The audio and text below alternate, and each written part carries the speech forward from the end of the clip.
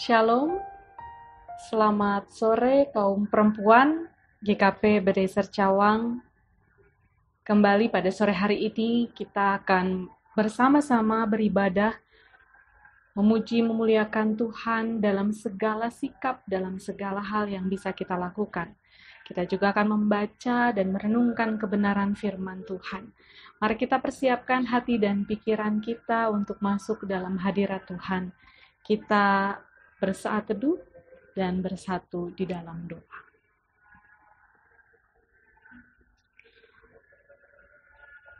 Tuhan Allah kami, Allah yang kami sembah, yang kami muliakan di dalam nama Yesus Kristus, Juru Selamat dan Penebus kami yang hidup. Kami datang ke hadapan hadirat-Mu, menenangkan diri kami di tengah segala aktivitas, tanggung jawab, tugas yang harus kami kerjakan dan menjadi bagian dalam kehidupan kami sehari-hari. Kami merendahkan diri di hadapan-Mu untuk siap merenungkan kebenaran firman-Mu, sehingga kami dikuatkan, dituntun, dimampukan untuk menjadi perempuan-perempuan yang hidup menyenangkan hati Tuhan, memuliakan hati Tuhan. Kiranya firman Tuhan juga terus menuntun kami untuk menjalani kehidupan kami sehari-hari. Inilah kami, ya Tuhan Allah kami, di dalam Kristus Yesus, kami berserah. Amin. Ibu-ibu kaum perempuan yang dikasihi Tuhan, pada sore hari ini kita akan bersama-sama merenungkan kebenaran firman Tuhan dari surat 1 Yohanes pasal 2 ayat 15 sampai dengan ayat 17. 1 Yohanes pasal 2 ayat 15 sampai dengan ayat 17. Saya akan membacakan bagi kita sekalian. Demikian yang tertulis di dalam 1 Yohanes pasal 2 ayat 15 sampai dengan ayat 17. Janganlah kamu mengasihi dunia dan apa yang ada di dalamnya. Jikalau orang mengasihi dunia, maka kasih akan Bapa tidak ada di dalam orang itu. Sebab semua yang ada di dalam dunia, yaitu keinginan daging dan keinginan mata, serta keangkuhan hidup, bukanlah berasal dari Bapa, melainkan dari dunia. Dan dunia ini sedang lenyap dengan keinginannya, tetapi orang yang melakukan kehendak Allah tetap hidup selama-lamanya. Demikian firman Tuhan, terpujilah Tuhan. Kaum perempuan GKP Bethesda Cawang, semoga kita semua ada dalam sukacita, ada dalam damai sejahtera, karena terus dipelihara oleh Tuhan. Kita bersyukur untuk segala hal yang Tuhan sudah nyatakan. Segala berkat yang kita miliki, itu semua berasal dari Tuhan, dan kita sadari itu. Selama kita hidup di dunia ini, tentu saja ada banyak hal yang kita temui. Ada banyak hal yang kita dapati juga. Tapi pernahkah kita bertanya dalam diri, pernahkah kita merenungkan apakah hal-hal yang kita sudah dapatkan itu sungguh-sungguh berasal dari Tuhan? Atau karena upaya diri kita sendiri untuk kepuasan diri? Hari ini kita akan bersama-sama merenungkan dalam bingkai tema melawan kecanduan. Nah, mengawali perenungan kita pada sore hari ini, saya ingin menceritakan beberapa waktu yang lalu yang cukup lama. Memang saya pernah melihat ada seorang anak waktu itu di stasiun Manggarai. Saya tidak tahu dia termasuk kategori golongan orang-orang termarginalkan atau yang biasa kita sebut anak-anak gelandangan atau bukan. Yang pasti pada saat itu dengan celana pendek, dengan kaos oblong yang kotor, saya melihat dia sedang menikmati lem bon yang ada di tangannya. Lalu bagaimana menikmatinya? Saya melihat dia menghirup aroma lem ibon itu. Dan sambil menghirup dia langsung begitu. Dia menikmati sekali. Setiap kali hirupan, tiap kali selesai menghirup, dia tersenyum. Saya kemudian mengingat bahwa ada banyak orang yang seperti itu, dan ternyata ada anak-anak juga yang seperti itu. Saya pernah mendengar cerita bahwa suatu hari seorang anak yang masih kecil, masih sebetulnya ya masih anak-anak lah, tapi sudah di atas balita. Dia suatu hari menikmati aroma lem yang dia bilang menurut dia itu enak, sehingga dia bertanya kepada bapaknya. Anak ini usia sekitar 10 tahun. Dia kemudian bertanya kepada bapaknya, dia bilang, "Pak, ini boleh di terus nggak sih? Habis wanginya enak," kata si anak. Bapaknya langsung kemudian bilang, nggak boleh, jangan. Itu tidak baik. Kenapa? Itu akan mengganggu kesehatan. Si anak akhirnya semakin penasaran dan mulailah bapaknya menjelaskan dengan cara sederhana sambil menunjukkan video-video penjelasan tentang bahaya kecanduan terhadap aroma-aroma tertentu yang tidak baik bagi kesehatan, termasuk di dalamnya aroma lem. Nah, ibu-ibu yang dikasihi Tuhan, sebetulnya ketika bicara tentang kecanduan, bukan hanya soal aroma sesuatu gitu ya, lem atau hal narkotika begitu yang seringkali kita berpikir bahwa orang kecanduan itu karena narkotika. Tapi kecanduan itu bisa berbagai macam. Kaum perempuan misalnya, kecanduan belanja online. Ibu-ibu yang dikasihi Tuhan, itu menjadi hal yang sebetulnya harus diperhatikan dengan sungguh-sungguh karena bisa membahayakan. Sesuatu yang dianggap candu, yang bisa membuat kita ketagihan, itu bahaya sekali. Oleh sebab itu, ketika firman Tuhan yang tadi kita baca, kita renungkan sama-sama pada saat ini, surat dari Yohanes kepada jemaat-jemaat pada berbagai orang-orang Kristen yang sedang terus berupaya untuk menumbuhkan iman mereka. Dalam surat Yohanes ini diceritakan, diungkapkan bagaimana setiap umat Tuhan itu harus mengingat kembali kehidupan mereka, jati diri mereka. Sehingga dikatakan, janganlah kamu mengasihi dunia dan apa yang ada di dalamnya. Kalimat pertama ini yang tentunya perlu kita pahami bersama, ini bukan berarti jangan mengasihi dunia, berarti kita harus hidup selibat alias sendiri aja di bukit gitu, nggak usah belanja, nggak usah ngapa-ngapain, nggak usah ke mall, nggak usah nonton TV, pokoknya semua elektronik, internet itu harus dimusnahkan. Bukan seperti itu pemahamannya. Karena kalau kita mau memahami Yohanes dalam tulisan-tulisannya termasuk juga Injil Yohanes, kita pasti ingat Injil Yohanes pasal 3 ayat 16. Di situ dituliskan, karena begitu besar kasih Allah akan dunia ini sehingga ia mengaruniakan anaknya yang tunggal. Nah, di situ kan dijelaskan bahwa karena begitu besar kasih Allah akan dunia ini. Artinya Allah mengasihi dunia ini. Tapi di bagian ayat 15 sama dalam cara berpikirnya Yohanes tentang janganlah kamu mengasihi dunia dan apa yang ada di dalamnya. Seolah-olah ini bertentangan. Di satu sisi di Injil Yohanes bilang Allah mengasihi dunia. Di sisi yang lain di surat Yohanes dibilang kita nggak boleh mengasihi dunia. Kalau Allah mengasihi dunia terus kita nggak boleh mengasihi dunia, ya udah mati aja kita gitu. Tidak sesederhana itu memahami surat ini. Penjelasannya adalah cara berpikir Yohanes dalam kalimat tentang mengasihi dunia itu ada dua kategori. Yang pertama, dunia ini dalam sudut pandang orang-orangnya. Karena begitu besar kasih Allah akan orang-orang yang ada di dunia ini, maka ia mengaruniakan anaknya yang tunggal. Supaya setiap orang yang percaya kepadanya itu fokusnya pada orangnya.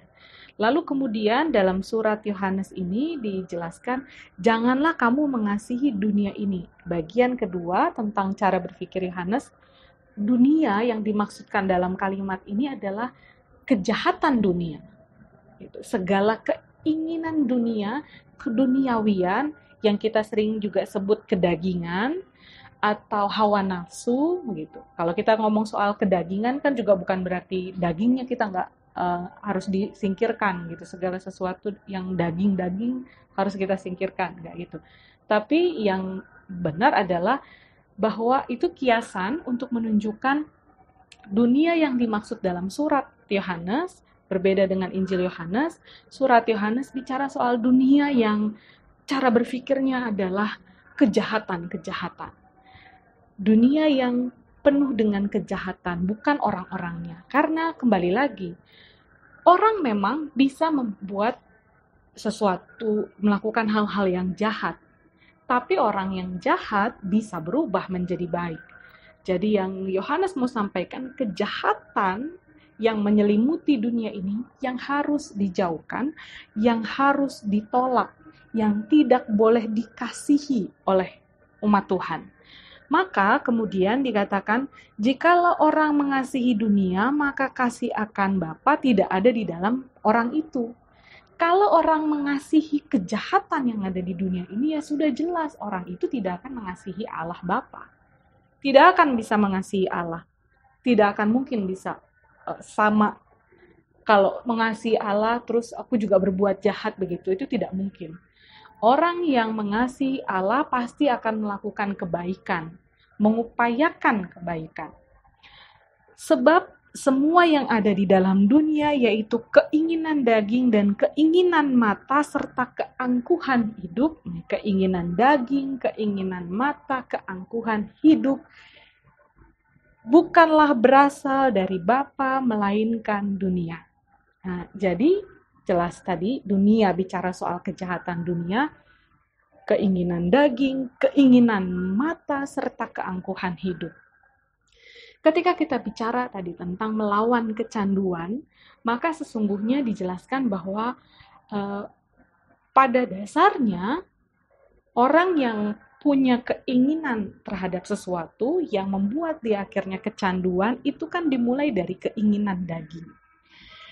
Mau, lalu kemudian lihat, nah ini nih yang aku mau gitu.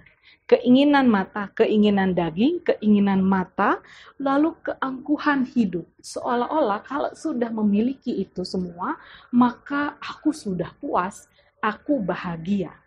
Padahal kita sadari, orang yang kaya yang bisa beli segala sesuatu di dunia ini juga belum tentu bisa bahagia. Karena kebahagiaan itu tidak bisa dinilai dari ukuran uang, dari memiliki segala hal, dari mencapai sesuatu atau kecanduan itu. Maka, Ibu yang dikasihi Tuhan, sebetulnya kita dapat merenungkan firman Tuhan ini ketika bicara soal keinginan daging, keinginan mata, keangkuhan hidup. Maka ketiga hal ini yang memang menjadi dasar kalau kita mau merenungkan kata candu, kecanduan tadi. Saya kasih contoh begini. Beberapa waktu yang lalu, saya biasanya kalau ibu-ibu suka perhatikan, saya buka belanjaan online begitu ya, situs belanja online. Lalu kemudian saya cari barang yang ingin saya beli. Kemudian saya ketik nama barang itu, klik enter, terus mulai muncul kan nama-nama barang. Setelah itu saya cek, saya masukin dalam keranjang gitu ya. Biasa kalau belanja online itu masukkan dalam keranjang. Kayak saya masukkan dalam keranjang. Ini belum saya beli, masukkan dalam keranjang. Setelah itu saya melakukan aktivitas lain, saya buka lagi gadget saya, handphone saya, lalu saya buka media sosial saya. Nah, ketika saya buka media sosial, lihat foto orang, lihat komentar orang, lihat status orang begitu. Lalu muncul iklan. Iklan-iklan yang muncul itu berdasarkan pencarian saya tadi. Pencarian saya waktu saya mau belanja secara online. Saya cari barang yang saya mau, tiba-tiba iklannya munculnya itu terus. Nah, kenapa seperti itu? Karena memang sistemnya seperti itu. Apa yang kita cari itu disimpan oleh internet, begitu. Lalu kemudian ketika kita buka lagi internet, internet akan memunculkan memori. Terakhir apa yang kita cari, dia akan munculkan dan itu disambungkan dengan orang-orang yang menjual barang-barang yang berkaitan dengan itu. Dan akhirnya kadang tidak sadar, saya pernah sampai tidak sadar, oh ini kayaknya lebih bagus daripada yang saya sedang mau beli sudah saya simpan di keranjang itu, saya klik lagi, saya simpan lagi di keranjang, begitu lagi, nanti muncul lagi, beli, klik lagi, sampai akhirnya saya bingung sendiri, ini mau beli apa enggak, mau dibelanjain atau enggak, saya pikir-pikir lagi, terus saya renungkan, kayaknya saya nggak benar-benar butuh banget barang itu. Akhirnya saya memutuskan nggak jadi beli. Nggak jadi beli, saya hapus semua dari keranjang-keranjang belanjaan yang ada di platform belanja online itu, terus saya nggak jadi beli. Tidak lama kemudian ya sudah tidak lagi muncul iklan-iklan semacam itu. Nah, ibu-ibu yang dikasihi Tuhan, kalau kemudian terjadi beli sesuatu, saya pernah juga mengalami seperti itu, beli sesuatu lalu kemudian ternyata akhirnya beli lagi. Padahal sudah punya barang ini, tapi yang namanya sebetulnya kecanduan. Saya kecanduan belanja online. Bayangkan kalau seandainya kemudian ada orang-orang di sekitar kita atau bahkan mungkin kita sendiri kecanduan terhadap sesuatu barang. Walaupun misalnya dengan alasan menjadikan barang itu hobi kita kumpulin. Entah misalnya suami atau anak-anak gitu ya, atau adik atau siapapun atau termasuk ibu-ibu sendiri, koleksi barang, koleksi parfum, koleksi lipstik, koleksi mainan, koleksi segala macam hal termasuk tas-tas branded begitu ya. Nah, kita koleksi, suami koleksi, anak koleksi. Bisa jadi itu memang akan memberikan kepuasan dalam diri. Salah atau tidak? Tentu saja itu tidak salah. Selama barang-barang yang menjadi koleksi kita itu, kita pahami bahwa itu tetaplah barang yang tidak boleh menjadi pusat perhatian kita untuk kemudian kita mengabaikan yang lain. Jangan gara-gara mau belanja, kita bilang, aku mau koleksi parfum, aku mau koleksi lipstik, ini kayaknya masih kurang, benda ini kayaknya masih kurang. Akhirnya kita menuntut untuk belanja. Kita menuntut untuk apa yang kita inginkan itu kita dapatkan. Kita menuntut padahal belum tentu uangnya ada. Itu sudah sangat merusak segala sesuatu dan pada akhirnya itu yang dimaksud dengan kecanduan tadi. Kita terikat pada benda itu dan memandang bahwa benda itu sudah menjadi tuan atas hidup kita. Kecanduan menjadi semacam itu. Makanya kalau kita membayangkan orang yang kecanduan narkotika, mereka akan berupaya untuk mendapatkan obat itu lagi. Mereka akan berupaya untuk mendapatkan narkotika itu lagi. Karena kalau tidak ada narkotika itu, mereka akan tidak bisa puas, akan gelisah. Bayangkan kalau kita tidak bisa mendapatkan sesuatu yang kita inginkan, bisa jadi kita gelisah. Harus hati-hati, jangan-jangan kita sudah kecanduan dengan barang itu.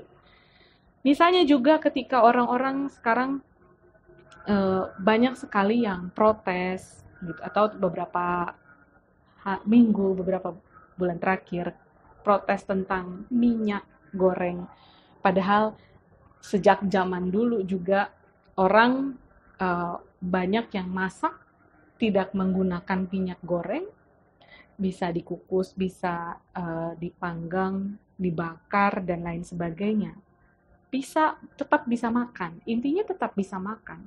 Sehingga sesuatu benda tidak menjadi kecanduan, barang yang membuat kita candu, membuat kita ketagihan, selalu ingin-ingin seolah-olah kalau tidak ada barang itu, kita tidak bisa hidup. Dan ini yang keliru. Ini yang kemudian dikatakan di ayat 16 tadi. Keinginan daging, keinginan mata, keangkuhan hidup, itu bukan berasal dari Bapa. Ayat 17 menyebutkan, dan dunia ini sedang lenyap dengan keinginannya. Tetapi orang yang melakukan kehendak Allah tetap hidup selama-lamanya. Ibu-ibu yang dikasihi Tuhan, kaum perempuan yang dikasihi Tuhan, penulis surat 1 Yohanes bukan berarti melarang umat Tuhan untuk dapat menikmati hal-hal baik yang ada di dunia ini, karena kembali lagi segala sesuatu yang ada di dunia ini pun itu berasal dari Allah. Kita manusia yang mengelolanya. Bukankah alam semesta ini menuntun kita untuk mengelola segala sesuatu? Misalnya ada orang-orang yang mengelola bahan bakar menjadi minyak atau segala macam ya, bisa menjadi minyak goreng, bisa menjadi apapun begitu yang mencukupkan kebutuhan kita. Kita bisa memiliki, boleh saja, tidak masalah, tapi sekali lagi jangan sampai itu membuat kita kemudian melupakan relasi kita dengan Allah, melupakan relasi kita dengan sesama. Dan karena itu ketika kita menyadari bahwa kehidupan di dunia ini terus bergerak, terus berkembang, terus mengalami perubahan, disertai dengan berbagai tawaran, mari kita juga merenungkan ini sebagai bagian dalam kehidupan kita untuk kita menyadari apakah selama beberapa hari terakhir, beberapa minggu terakhir, kita mengalami kecanduan, rasa untuk memiliki sesuatu yang sepertinya kalau tidak ada itu, maka saya tidak akan mungkin bisa hidup. Perhatikan baik-baik apa yang menjadi keinginan kita. Apakah itu betul-betul sesuai dengan kebutuhan kita, dan apakah itu menjadi hal yang memang betul kita butuhkan, istilahnya dulu kan barang primer, atau hanya sekedar barang sekunder. Apakah itu menjadi barang yang paling utama dalam kehidupan kita? Maka betul yang dalam Alkitab dinyatakan asal ada makanan dan pakaian cukuplah, karena dua hal itu sebetulnya memang paling penting. Hal lain hanya sekedar tambahan. Nah, pada saat ini kita juga diajak untuk menyadari bahwa yang paling mudah terseret arus kuat perubahan dunia adalah generasi muda. Sehingga kalau ibu-ibu, kaum perempuan memiliki anak-anak yang memang sudah masuk dalam dunia di mana mereka mengenal tentang internet, perkembangan segala sesuatu, maka harus berhati-hati. Saya pernah mendampingi keluarga yang marah terhadap anaknya, orang tuanya marah kepada anaknya karena si anak belanja barang secara online dan kemudian beli game online dengan menggunakan kartu kredit ayahnya tanpa diketahui oleh ayahnya atau ibunya. Dan itu nominalnya besar sekali. Ayah dan ibunya marah ngamuk luar biasa. Dan ternyata itu karena keinginan si anak. Perhatikan, kenapa bisa sampai hal itu terjadi? Pendampingan. Kurangnya pendampingan orang tua. Oleh sebab itu, kaum perempuan yang dikasihi Tuhan, ada tugas dan tanggung jawab yang besar. Panggilan untuk kaum perempuan sebagai seorang ibu yang Tuhan percayakan sebagai seorang ibu untuk mendidik anak-anak, membimbing mereka untuk memperhatikan, belajar, mengenali apa yang menjadi keinginan dan kebutuhan. Dan tentunya pasti bahwa hal itu harus diberikan contoh oleh orang tuanya. Kalau ibunya adalah ibu yang bijaksana dalam menggunakan segala sesuatu, memperoleh segala sesuatu dengan mencermati dulu apa yang menjadi keinginan dan kebutuhan, maka sang anak juga pasti akan meneladani orang tuanya. Dan karena itu, lewat firman Tuhan hari ini, kaum perempuan yang dikasihi Tuhan, kita diajak untuk bijak dalam mengatasi, menghadapi segala keinginan dan melawan kecanduan. Karena itu, mari kita menunjukkan hidup yang tidak mudah ikut-ikutan terbawa arus, agar anak-anak kita atau siapapun anggota keluarga kita, orang-orang di sekitar kita, dapat juga belajar membedakan mana yang sesuai dengan ajaran firman Tuhan dan mana yang tidak sesuai. Hari ini firman Tuhan mengingatkan kepada kita, dunia ini sedang lenyap dengan keinginannya, tetapi orang yang hidup melakukan kehendak Allah tetap hidup selama-lamanya. Tetap fokus pada apa yang menjadi kehendak Allah, dan kalau Tuhan memang mencukupkan kita dengan segala berkat yang kita miliki saat ini, jangan lihat orang lain, jangan iri terhadap orang lain. Mereka punya berkat sendiri, berkat kita sudah sesuai dengan apa yang Tuhan berikan kepada kita. Namun bukan berarti kalau gitu nggak boleh mencapai segala sesuatu yang kita mau harapkan dong. Bukan, beda lagi. Kita tetap mengarahkan mencapai pada apa yang menjadi bagian rencana dan rancangan Tuhan untuk memberkati kita sesuai dengan apa yang Tuhan sudah sediakan.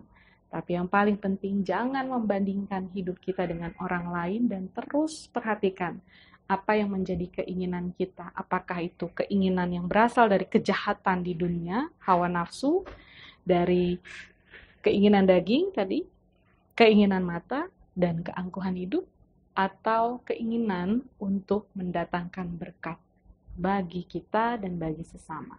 Tuhan memberkati kita semua. Amin.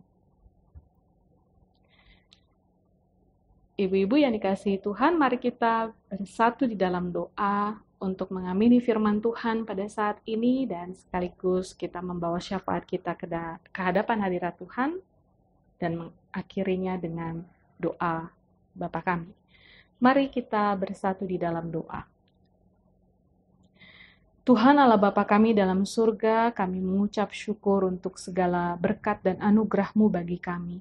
Kami tahu Tuhan, segala sesuatu yang Kau berikan bagi kami adalah yang terbaik untuk kami, karena itulah yang kami butuhkan. Meski terkadang kami mengingini banyak hal, dan keinginan kami itu seringkali membuat kami mudah sekali emosi, mudah sekali melakukan hal yang tidak baik dan tidak benar. Karena itu Tuhan, berikan kami hikmat-Mu, terutama sebagai kaum perempuan, baik sebagai istri, sebagai ibu, sebagai oma, atau nenek. Kami mau serahkan kehidupan kami ke dalam tangan Tuhan. Biarlah dalam segala tugas dan tanggung jawab kami sebagai kaum perempuan, kami terus juga hadir membawa damai sejahtera, dengan belajar juga memperhatikan keinginan kami.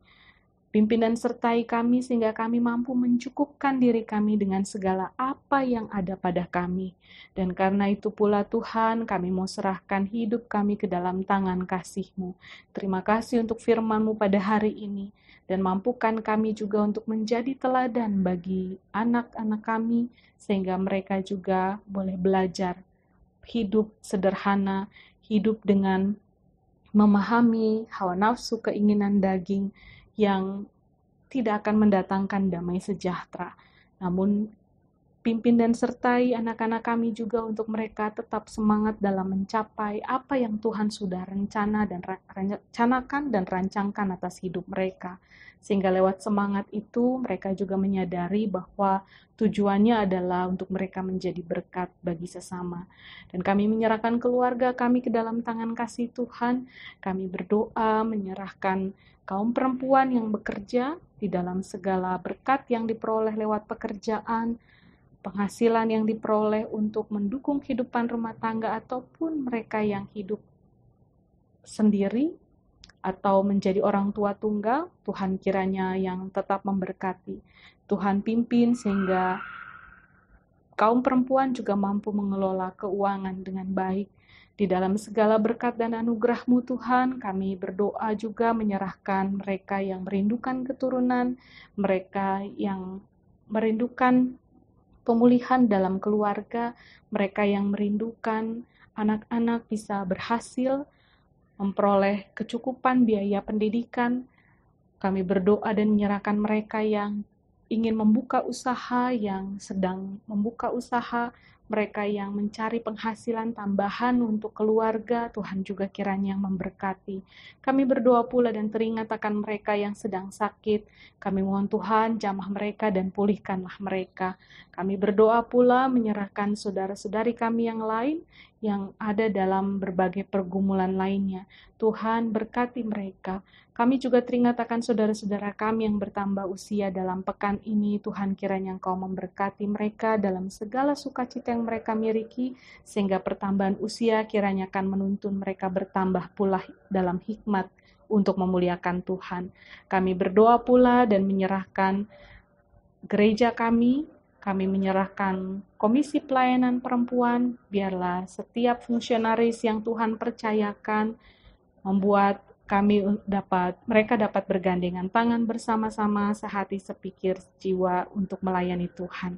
Dalam berbagai program pelayanan kaum perempuan, kami serahkan semua untuk Tuhan, dan biarlah hanya untuk kemuliaan nama Tuhan juga kami dapat bergandengan bersama-sama untuk memuliakan Tuhan lewat Komisi Pelayanan Perempuan, sehingga pertumbuhan iman boleh dirasakan oleh jemaatmu, terutama kaum perempuan di GKP Jemaat Ebenezer Cawang ini. Kami berdoa pula untuk berbagai pelayanan lainnya. Kami juga mau menyerahkan bangsa dan negara kami. Kami mau menyerahkan seluruh kehidupan kami ke dalam tangan kasih-Mu. Anak-anak kami yang menempuh ujian ataupun yang sedang menunggu hasil, mereka yang mempersiapkan diri, yang sebentar lagi juga akan libur.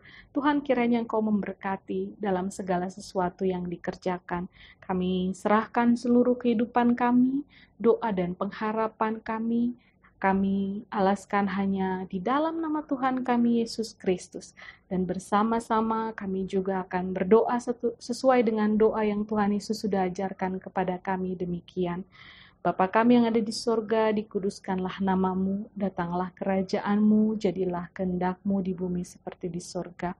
Berikanlah kami pada hari ini makanan kami yang secukupnya, dan ampunilah kami akan kesalahan kami, seperti kami juga mengampuni orang yang bersalah pada kami.